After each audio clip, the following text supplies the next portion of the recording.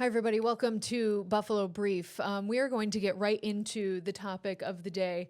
A week ago, last week, it was announced the gun accessory manufacturer Mean Arms agreed to pay $1.75 million to the families of the victims of the Tops mass shooting, survivors, and those who were injured in that racist shooting. New York's AG, Letitia James, she was in town for this announcement in Buffalo a week ago. She took legal action against the Georgia-based company that was connected to the shooting. The lawsuit targeted the manufacturer's role in helping the shooter possess an illegal assault weapon, which violates New York's SAFE Act, and it outlaws all assault weapons and high-capacity magazines across the state. That act. James said Mean Arms falsely advertised its magazine locks, claiming they made AR-15 style rifles legal in New York, preventing high-capacity magazines from being attached. This afternoon, we have Mark Talley with us. He tragically lost his mother in that shooting. And Mark, you weren't able to be at that announcement, but you poetically wrote something on social media that really, caught me. And so I asked you if you wanted to come in and explain what you kind of wrote. So welcome to our show. I'm forever sorry for your loss, and I know that grief just never loses you. So thank you for being so open with us and talking to us. I guess what was kind of the first thing that went through your mind when you heard there was a settlement reached? Still far from closure. Yeah. I mean, this settlement means absolutely nothing. This is a marathon, and unfortunately, you have people who may believe that this will provide closure for all the families, all the victims, all the people who were in the Tops parking lot or, unfortunately, in Tops that day. And unfortunately, that is far from closure, far from justice. And unfortunately, we won't be able to never, ever get that justice. If we ever had that justice, my mother will be right here in the community doing the stuff I'm currently doing. So to me, the only thing close to justice was him walking in these communities that he tried to harm. Justice would be my hands around his neck. So unfortunately, as far as I'm concerned, justice will never cease to exist. Mark, when you talk about these instances of things like these settlements, this is the first of what probably is going to be many. And like you said, this is a marathon. Is it difficult because you have to kind of revisit this day, and maybe you already revisit this day every day of your life since then, so I don't want to put words or thoughts or feelings in your mouth, but these like things that happen, whether it's a settlement or whether it's a civil trial or a court hearing or something like that, can you talk about how that is for you? I don't want to ask you to speak for other families, but how is that for you? Because these things are constantly in the news. We're constantly talking about that. 5/14 was difficult. Mother's Day is difficult. Sure. My mother's birthday is difficult. To me, just talking about this consistently, it's numbness. So when some people go through tragedy, they feel numbness. Unfortunately, I guess you can say, luckily, that's me. Kind of keeping yourself distant from it. Absolutely. Yeah. You mentioned that this settlement is an acknowledgement, clearly not justice. That acknowledgement that they did something wrong, what does that mean to you? Mean Arms. It's a half, acknowledgement of the bare minimum effort in which they could do. And unfortunately, they had to get legal action involved for them to do even that. Yeah. Is there any solace knowing that because of the action that Letitia James took on behalf of the victims' families, on behalf of the state of New York, on behalf of taxpayers, to try and prevent something like this from happening in the future? That's the idea of a settlement, the purpose of hopefully getting someone to pay up literally for the wrongs that they committed. Does it provide any solace, any feeling of positivity, knowing that at least because of the action that have been taken and this settlement, it'll prevent something like that from happening again, or prevent a seller like Mean Arms from being able to sell these parts that make these weapons so deadly?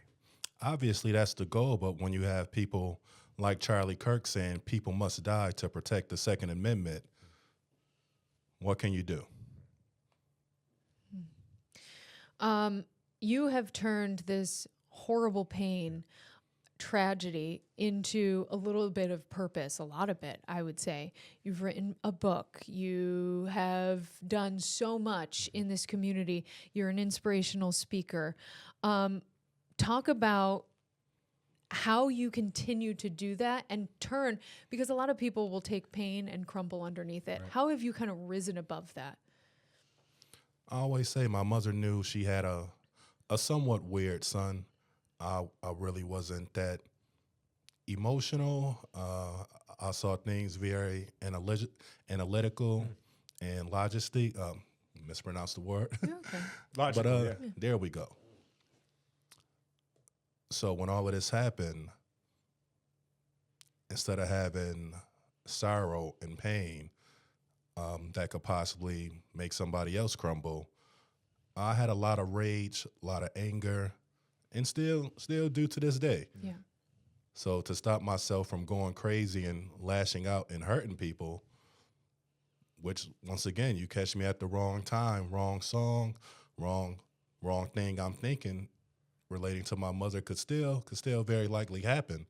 But I try to use all of this into community work, community advocacy, doing whatever I can to help people who are less fortunate. That's amazing that you do that. I mean, driving by anything could trigger something. Hearing the song you mentioned could trigger, a memory and sadness.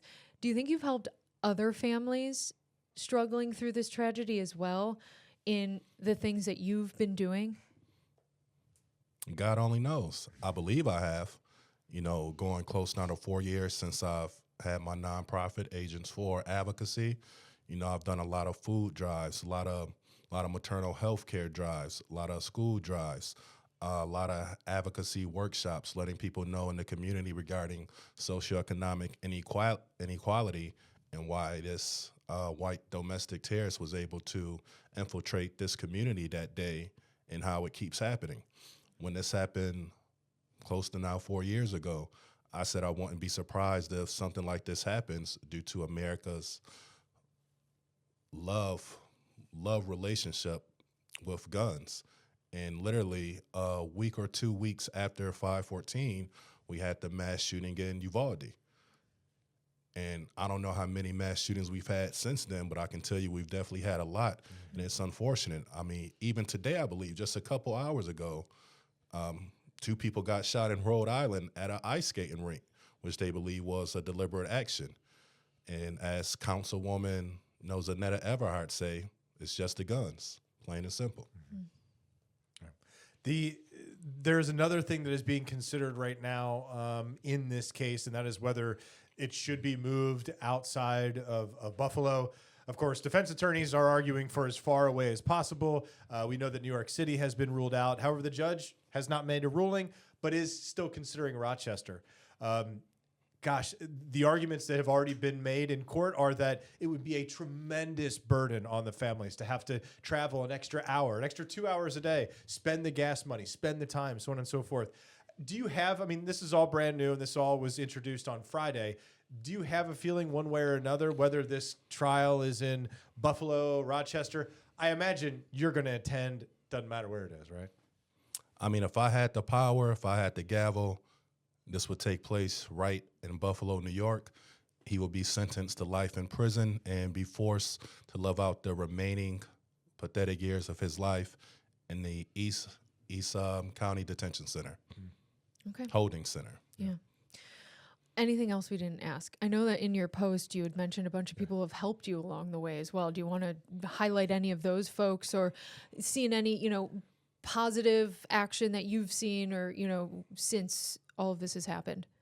Absolutely. There's been a lot of organizations and individuals here in the city of Buffalo who've done a lot of boots on the ground stuff, as I say, and assisted me, from a Kimberly Johnson and Athena Cotton, Paul Perez, Kara Oliver Perez, Shayna Broughton and her organization, Our Mommy Village, in which that's who we done a lot of maternal health care stuff with on Jefferson, at our location.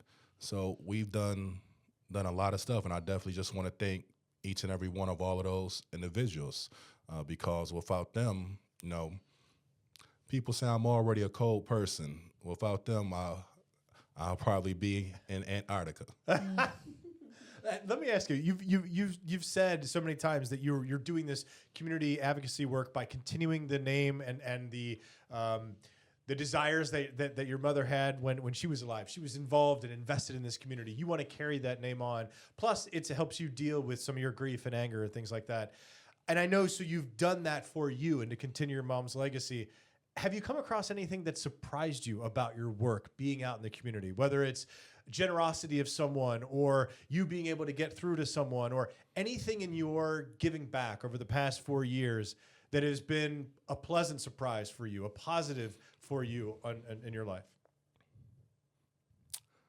I mean, I wish I could give you some positives. Sure. I really do wish I could, but really no positives. It's mostly sadness, you see, being around all of these nonprofits and individuals that we assist.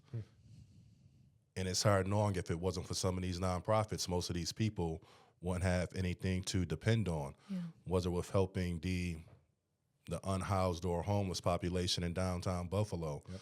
It's people who depend on Friends of the Night people or the Cold Spring Soup Kitchen.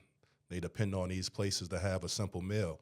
And unfortunately, if these nonprofits didn't exist, and now with the reduction of the SNAP benefits, these people would just go starving to death. And it's unfortunate. And along with that, another thing, being in this nonprofit space, all the bickering and backstabbing behind the scenes, it was definitely shocking to me. This wasn't my wheelhouse prior to 514. And now you see it up close, how we're all trying to fight each other to get the interview with Channel 4 or get on the Buffalo News to bring publicity to yourself when we should be trying to bring publicity to the people in the community who actually need it. Yeah. To your first point there's so much help. This is the city of good neighbors, right? But you just wish you didn't need all of that.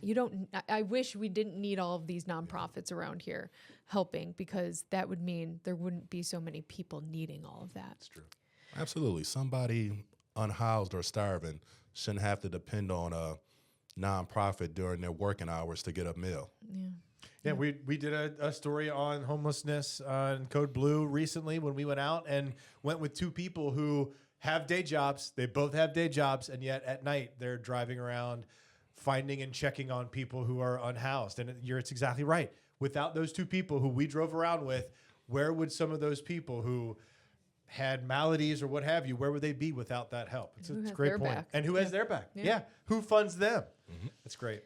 Yeah, that's a good point, Mark. All right, Mark, thank you so much for being here, joining us, giving some of your thoughts on this. If you want to in the future, we will invite you back. I said to you, if you don't want to come in, protect your peace. I totally understand that. But we appreciate you. And I think, it's nice. I don't even think I said your mom's name, Geraldine Talley. It's nice that you are continuing in her memory and that we're continuing to say her name out loud. All right, we will be right back. Thank you for joining us for Buffalo Brief. See you in a couple minutes.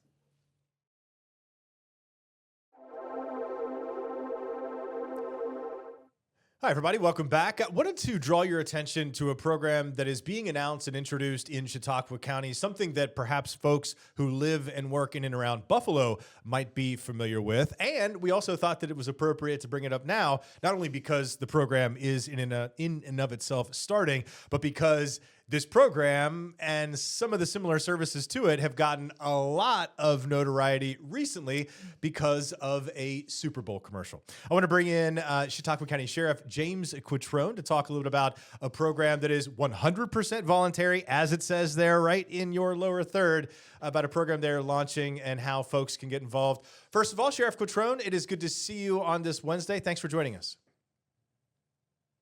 Thank you for having me here. Thanks, Sheriff. All right, let's talk about this program. Just go over kind of the basics of it and what you're asking of folks in Chautauqua County. Sure, we call it Axon Connect. It's a partnership between Axon body cameras and Axon evidence collection and the Ring camera or doorbell cameras. And what this does is if there's a crime in a neighborhood, we can do a geofence around a specific neighborhood. And through that partnership between Axon and the Ring, they will send an email or an alert through the app, the Ring app, asking anybody who is participating in the neighbor program of Ring, if advising them of the incident and if they have anything within a certain time frame, and they can voluntarily then sign up and send that video footage to Axon, which goes into an evidence collection, and it's saved there. It's totally voluntarily. The sheriff's office does not know who has this connection or who has signed up for it. So if somebody doesn't want to do it, we have no idea that they're not signing up. They just X out and move on. But if they do want to help their neighbors solve a crime, then they can forward that information through Ring. It goes into our evidence collection. Sheriff, as you know, we own a home down in Mayville, and so familiar with that community. It is a very vacation-esque or sort of seasonal community, if you will. Certainly, it is a lot busier in and around the lake during the warmer months when more people are there enjoying the lake. Of course, I know we just talked about Winterfest, and there were thousands and thousands of people there this weekend at the right in the middle of the winter as well. But that's kind of the exception. This is really an important tool for law enforcement to have, especially in a community where people are more transient, where it is more seasonal, where there are a number of vacant homes. It just seems like having this kind of a network makes a lot of sense for you guys. It does. It's not a new concept. Previous to this, we would go knocking on doors, doing a neighborhood canvas. Before the cameras and the ring doorbells were out there, we would just knock to ask people if they had seen anything. Currently, what we've been doing is when we have a crime in a neighborhood, we go door to door and knock on the doors, ask them if they have any video. Again, that's voluntarily. If they want to share something with us, they can.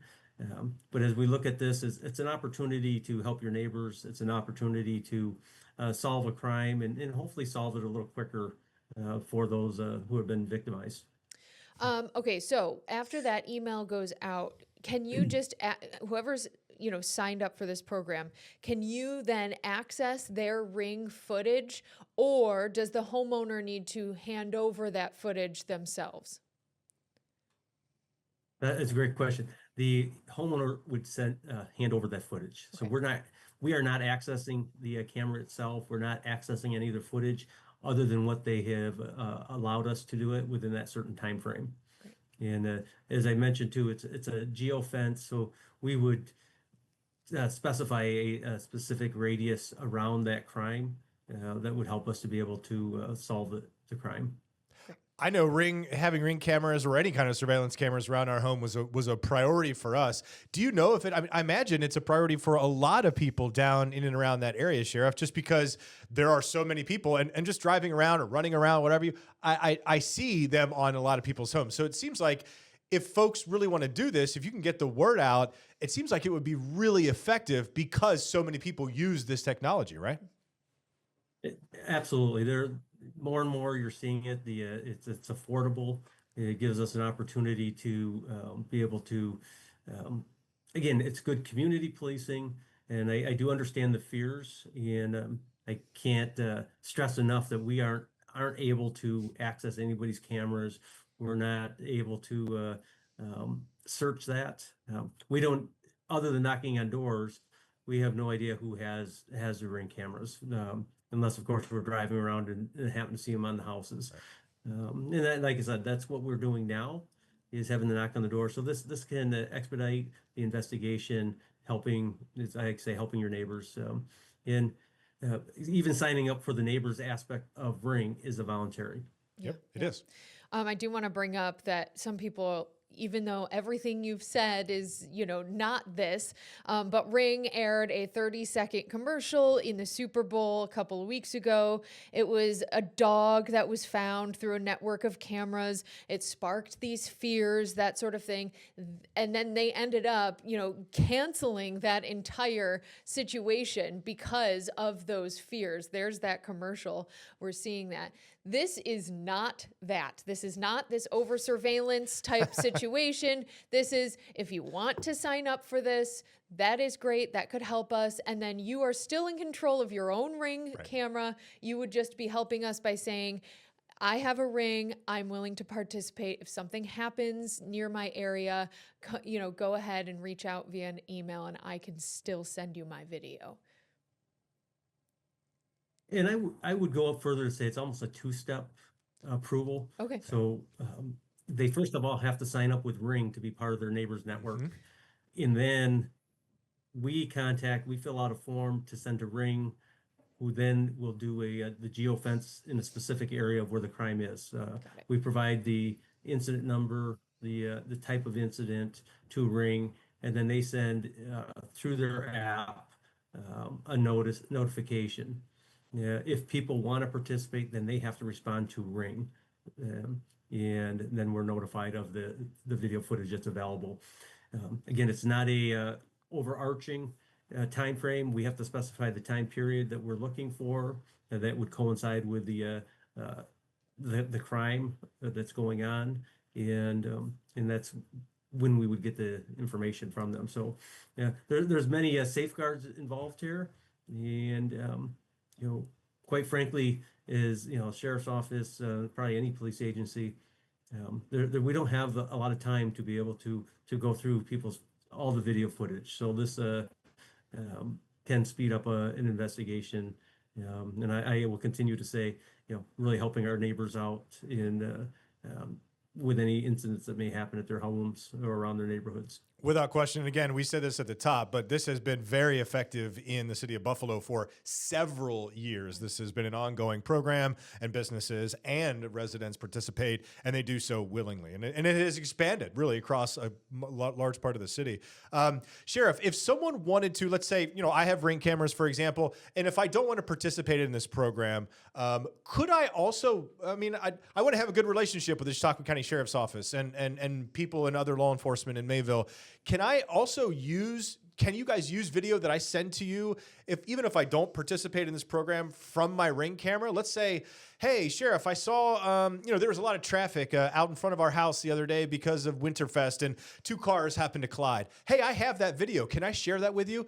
If residents want to do that and they want to be proactive about something that's happened in their neighborhood, how can they share that information and that video and stuff with you?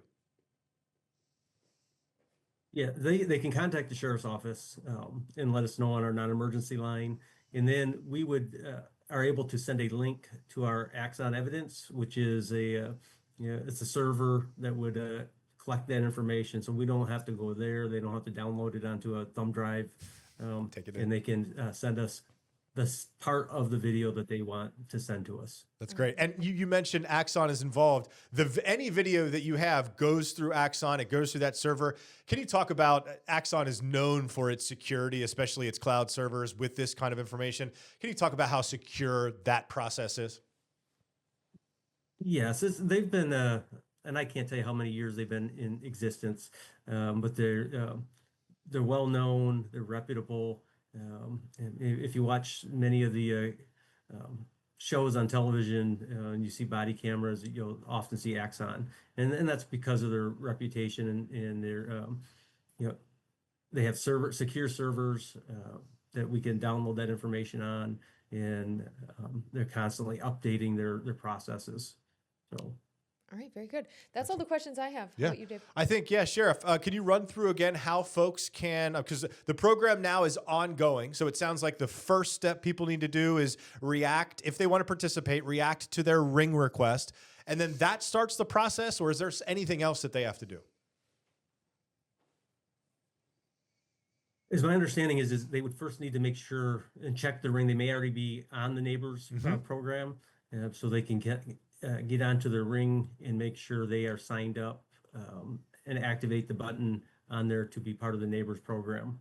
Then they just wait for a notification that will come onto their Ring app that might indicate that there's something happened in the neighborhood, and then they would respond to that. So it is only if you are signed up, if you have that box, and if you are a Ring user, folks, like I am, you can see in the interface, it will show up where you go to indicate, to click on whether you want to be a part of this neighborhood program. And when you do, then Sheriff, you will get the notification to your app. It's not like you're going to get a notification from the Chautauqua County Sheriff's Office.